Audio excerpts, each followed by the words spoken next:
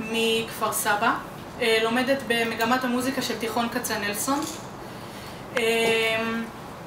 אני ילדה עיוורת מלידה, ולפני בערך 7 שנים הליונס היו מעורבים שמונה. כן, 8. הליונס היו מעורבים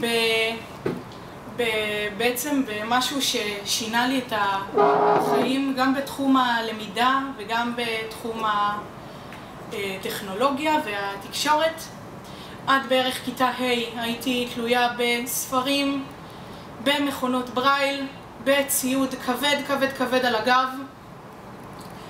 ואני זוכרת שזה היה אז, ישבנו בכיתה בשיעור, ואז יהודה, ראש העיר, נכנס אלינו לכיתה.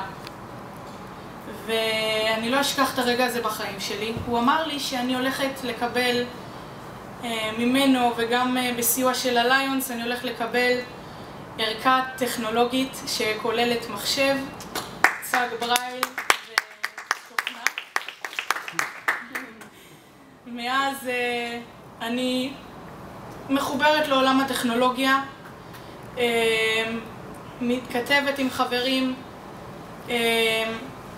והכי חשוב, לומדת, וכל הציוד הזה כבר, הכל ממוחשב, הכל טכנולוגי, ובאמת זה פתר לי המון בעיות בתחומי החיים. אז באמת תודה רבה לכולכם, וזהו, עשיתם לי את החיים קלים יותר, שימחתם אותי מאוד, וזהו, תודה רבה לכולם.